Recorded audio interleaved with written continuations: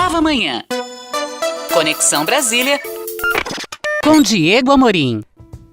Diego Amorim vem chegando com a gente hoje para analisar o conservadorismo no Brasil. O Diego ouviu especialistas com pontos de vista diferentes sobre o avanço do conservadorismo a partir do resultado do primeiro turno das eleições. É isso, Diego. Bom dia para você. Bom dia, ouvinte da Nova Brasil. Agora chegou. Bom dia novamente, Mauro Michele, ouvinte da Nova Brasil. No início da campanha, eu escrevi um texto dizendo que os principais candidatos não eram o que eles demonstravam ser, não eram o que eles se vendiam, como eles se vendiam, né? E mandei na minha lista de transmissão aqui no WhatsApp com deputados, senadores, ministros, por aí vai. E aí uma deputada federal me devolveu assim: "Ah, Diego, não seja ingênuo. Bem-vindo às campanhas eleitorais. É isso, é assim que funciona. É ser alguém que você não é." Eu pego o gancho dessa historinha para dizer que o atual governo se apropriou do conservadorismo, né? O governo Bolsonaro se diz conservador e aí quem é conservador tem que entrar nesse pacote do governo Bolsonaro. O conservadorismo, ele é uma corrente de pensamento séria, tem teoria, tem estudos. Existe muita gente que estuda isso no mundo há muito tempo. Ser conservador não é dizer da boca para fora, eu sou conservador e aí a partir desse princípio você é conservador. E quando isso se mistura com paixão política, Mauro Michele, com estratégia de campanha, aí vira uma zona, porque aí não precisa você ser conservador, basta você dizer que é, basta você aparentar ser conservador que para a discussão política, para a narrativa política, você automaticamente já vira conservador. E aí a gente olha para o lado e vê contradições muito fáceis, né? Vê muitos conservadores na nossa vida, aí ao redor de nós, que se dizem conservadores, que, por exemplo, a pessoa tem a vida dela pessoal, ok, mas ela é infiel no casamento, ela frequenta casas de diversão noturna, enfim, outras coisas, mas ela se diz conservadora e lá no WhatsApp dela, nas redes sociais dela, tá lá a bandeirinha do Brasil e tá lá Deus, pátria, família, conservadorismo. Bem, fato é que para boa parte do eleitorado brasileiro pega o discurso em torno de assuntos como aborto, liberação das drogas, ideologia do gênero. Isso é um fato. Para boa parte do eleitorado brasileiro pega atrelar a figura de um candidato a algo messiânico. A gente já falou isso aqui. A figura de alguém que é um enviado por Deus, que vai ser eleito e que vai salvar o Brasil do mal. Né? Isso está tudo misturado ali nessa confusão de conceitos em torno do conservadorismo, misturado com religião e tudo mais. Mas, para boa parte do eleitorado, pega linkar um programa de governo ao cristianismo. Né? E prova disso, que isso ecoa e reverbera na sociedade, é o resultado do primeiro turno das eleições do último domingo. O Bolsonaro aparece ali com algo em torno de 5 milhões de votos atrás do Lula na corrida presidencial, mas o bolsonarismo, de maneira geral, nas eleições para deputado federal, nas eleições para senador, até mesmo nas eleições mais locais para deputados estaduais, saiu vitorioso. O bolsonarismo saiu vitorioso. A gente está vendo análises aí desde domingo na imprensa, entre lideranças políticas, dizendo que mesmo que o Bolsonaro perca o segundo turno para o Lula, a corrente bolsonarista ela está forte, ela é uma realidade. E isso precisa ser analisado. Eu ouvi dois especialistas com pensamentos diferentes em relação a esse assunto e eles nos ajudam o nosso ouvinte da Nova Brasil FM a entender um pouquinho dessa questão do conservadorismo misturado à política no Brasil. O primeiro a falar com a gente é o Leandro Gabiati, ele é doutor em ciência política, professor e diretor da Domínio Consultoria e ele nos traz a seguinte opinião. Vamos ouvir, por gentileza. Diego Amorim, bom dia, audiência da Nova Brasil. O Brasil, historicamente, partindo da colonização, passando pela formação do Estado, do projeto de nação, chegando até os nossos dias, tem características conservadoras, inclusive até com alguns traços autoritários, escravatura, uma desigualdade social muito importante, um perfil social mais conservador. Isso aí pelo lado acadêmico histórico. Vamos olhar um pouquinho já mais para o presente, né? Um movimento de base muito sólido que vem já há algumas décadas, vindas do agronegócio, um trabalho muito bem feito na área de comunicação, de base social muito importante das igrejas neopentecostais, fábricas de armas, um movimento social que revela, de fato, uma sociedade com valores mais tradicionais, mais conservadores. Esses valores estiveram sempre aí, só que é agora que eles aparecem. Vamos lembrar das eleições da década de 90, 2000, em que a gente teve sempre dois polos, né? PT por um lado à esquerda, e a centro-direita com o PSDB. Certamente esses setores mais conservadores, muito mais tradicionais, não tinham um candidato que os representasse.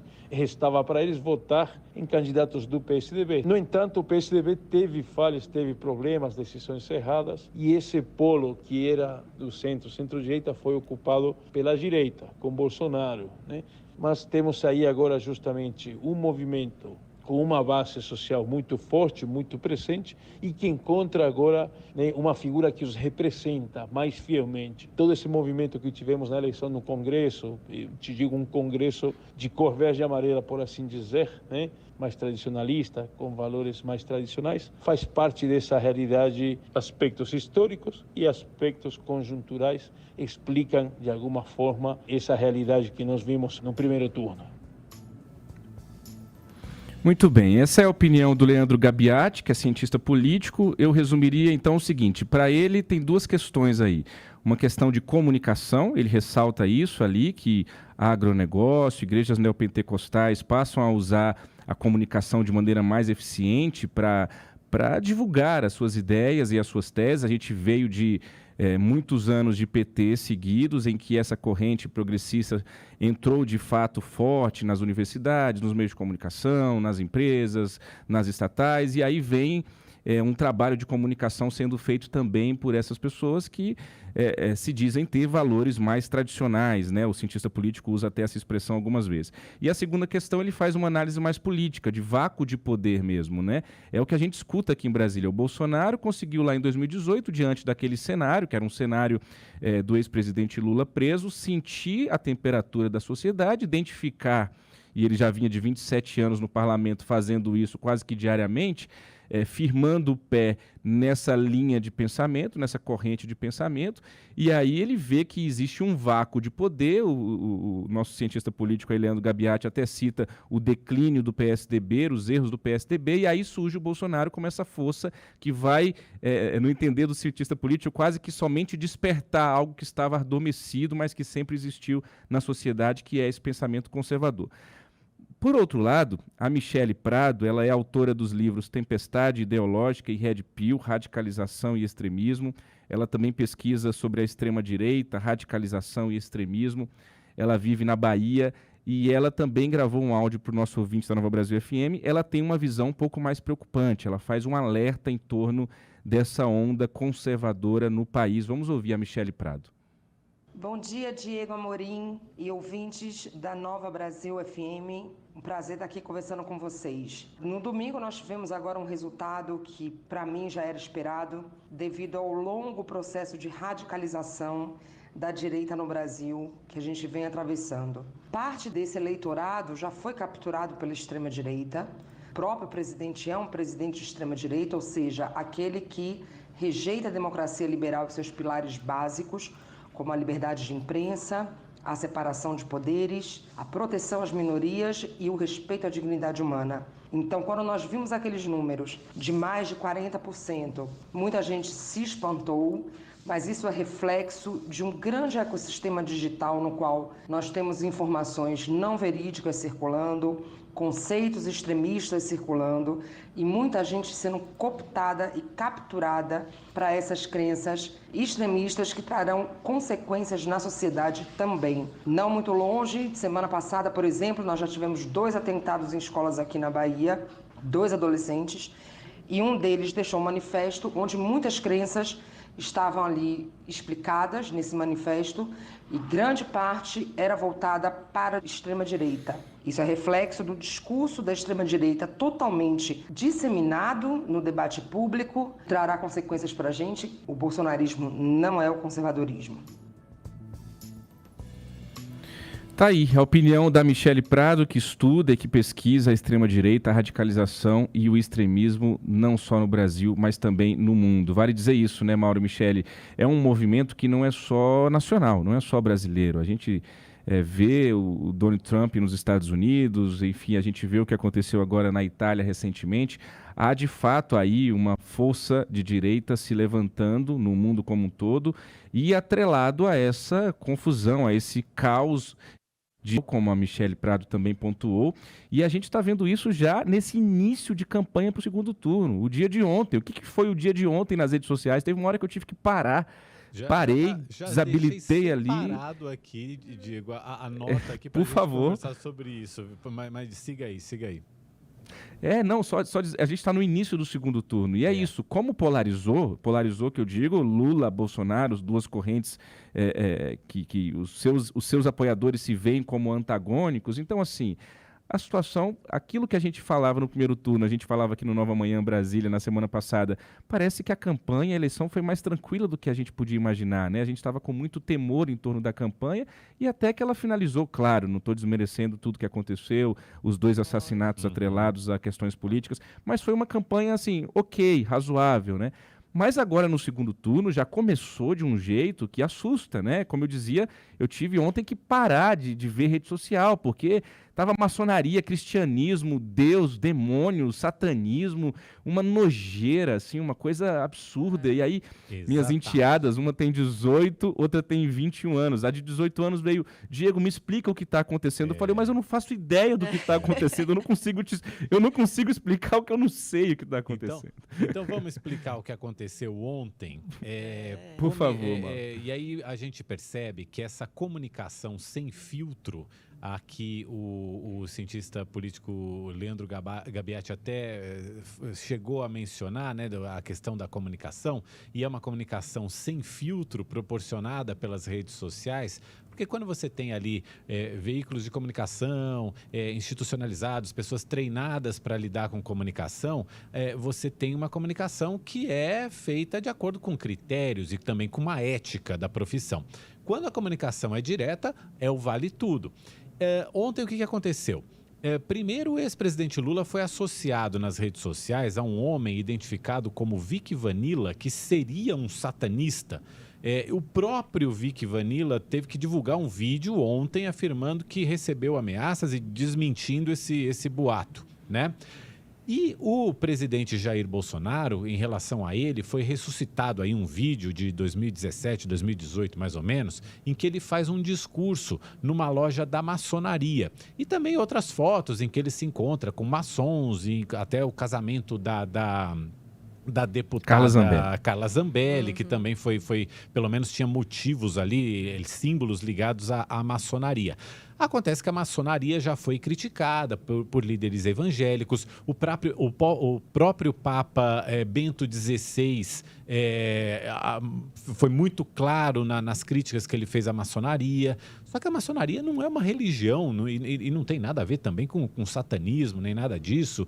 Muitos são, inclusive, movimentos filantrópicos, de estudo de filosofia. Existem, assim, algumas teorias ali de que os maçons formam uma sociedade meio secreta e que eles se ajudam muito entre eles, inclusive politicamente. A gente atribui, inclusive, a queda do Império aqui no Brasil a uma ajuda da maçonaria. A gente já teve vários ex-presidentes da República que eram maçons. Agora, ligar isso a uma seita religiosa, a um movimento do mal, uma coisa assim, está muito distante. Ou seja, a questão religiosa, e aí entra o conservadorismo, né, Diego, é muito presente nessa eleição quando a gente precisa discutir temas que são mais do dia a dia da população, não que a religião não seja, mas um candidato que seja de uma religião A, ou de uma religião B, ou de uma religião C, precisa provar que eles são, na verdade, competentes para resolver os problemas da população, né, Diego? Aquilo que a gente vem falando, né? Não tem um projeto de nação, não tem um projeto de país. A eleição política aqui no Brasil, sobretudo de 2018 para cá, virou isso, virou uma guerra de bem contra o mal. E qual é o bem? O bem é o meu lado e o mal é o outro lado. E aí isso se encaixa no Lula e se encaixa no Bolsonaro. Virou uma guerra santa mesmo, uma guerra religiosa. E os dois lados fazem questão de reforçar isso, né? O Bolsonaro aparece mais porque ele vem com um discurso escancaradamente religioso, então fica mais fácil. Mas do lado do Bolsonaro, se você for conversar com um apoiador ali, mais radical, mais fanático, do lado do Lula, perdão, ele também vai se colocar como bem em contraponto ao mal, né? Então, o projeto de nação não existe, né? O Brasil real não existe. A gente fica aqui falando de coisas que deveriam ser discutidas na nossa vida pessoal, no nosso dia a dia. Exato. É claro que não tem como, às vezes, desassociar tanto. Você vai querer eleger alguém que tem os valores mais próximos que o seu. Mas, de novo, termino então como eu comecei. Na política, a gente se apresenta e a gente vê se apresentando da boca para fora, é aparência, né? Eu estudo conservadorismo também, aqui um depoimento pessoal. Eu leio sobre conservadorismo há alguns anos. Eu não consigo ver conservadorismo na gestão do governo Bolsonaro. E aí quem é bolsonarista vai estar ouvindo no rádio, vai estar dizendo que absurdo. Não, eu estou disposto a conversar e a debater aonde está o conservadorismo no governo de Jair Bolsonaro. Eu não consigo enxergar do ponto de vista prático. Mas, enfim, isso não tem nada, isso já não importa mais, Mauro Michele, né? Não importa. Não importa o que é, o que não é. Importa o que a gente quer parecer que seja. Né? Isso é muito complicado. E o que mais assusta isso é você ver pessoas inteligentes do seu meio social rodando ali atrás do próprio rabo nesses mesmos assuntos que são colocados aí para tirar o foco dos reais problemas. Exatamente. Então isso é muito assustador, né? E acho que é nosso papel chamar atenção para isso. Embora a gente também às vezes tenha que ficar rodando atrás do próprio rabo para explicar o inexplicável, sabe? Assim, Pois é. é uma coisa impressionante. Obrigada, Diego. Até amanhã. Até amanhã, Mauro, Michele, ouvintes.